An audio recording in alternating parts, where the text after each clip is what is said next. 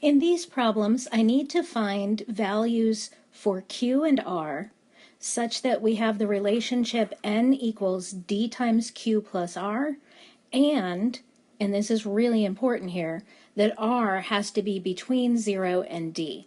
So from there you can see that R has to be positive, or it could be 0. And it has to be less than D.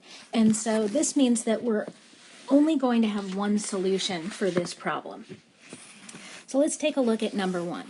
I'm going to start by dividing D into N. And I just do regular old long division. You really don't want to use a calculator for this, just because we want to get a remainder rather than a decimal. But you can enter it in a calculator, and I'll tell you how to do that. So 9 goes into 70.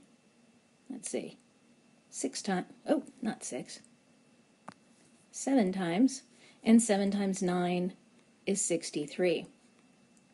And 70 minus 63 gives me 7.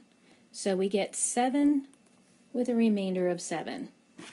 So my solution then is that I write the n equals, so we have 70 equals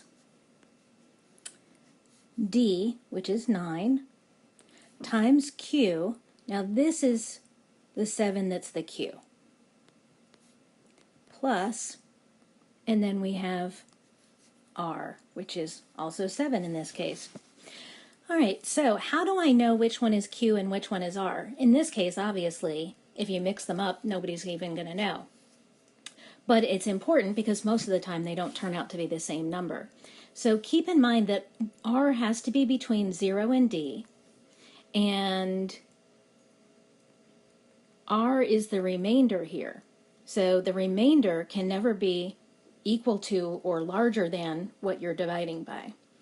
Because of course if the remainder were 9, then that means we didn't divide enough, and if it's any larger than 9, it means the same thing.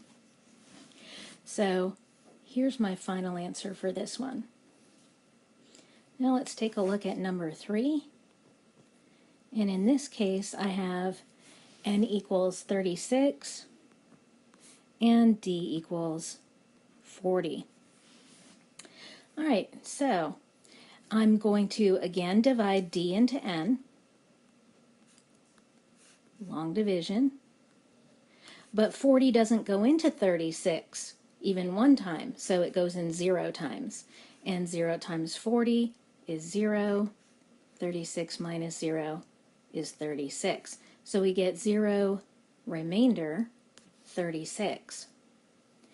So in this case, N, which is 36, equals D, which is 40, times Q, 0, plus the remainder, 36. That's another way to remember which one is R. It's the remainder, which is why they call it R.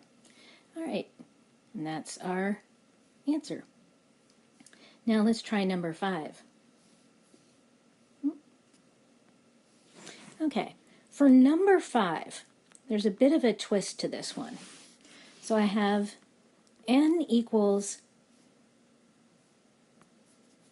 negative 45 and d equals 11. Okay, so what I'm going to do to figure out what my expression is, I can't use long division. It won't work when n is a negative. So what I do is I think about negative multiples of D. So I start with 11 times negative 1. I'm not really going to start here, but just to kind of give you the idea here. So 11 times negative 3.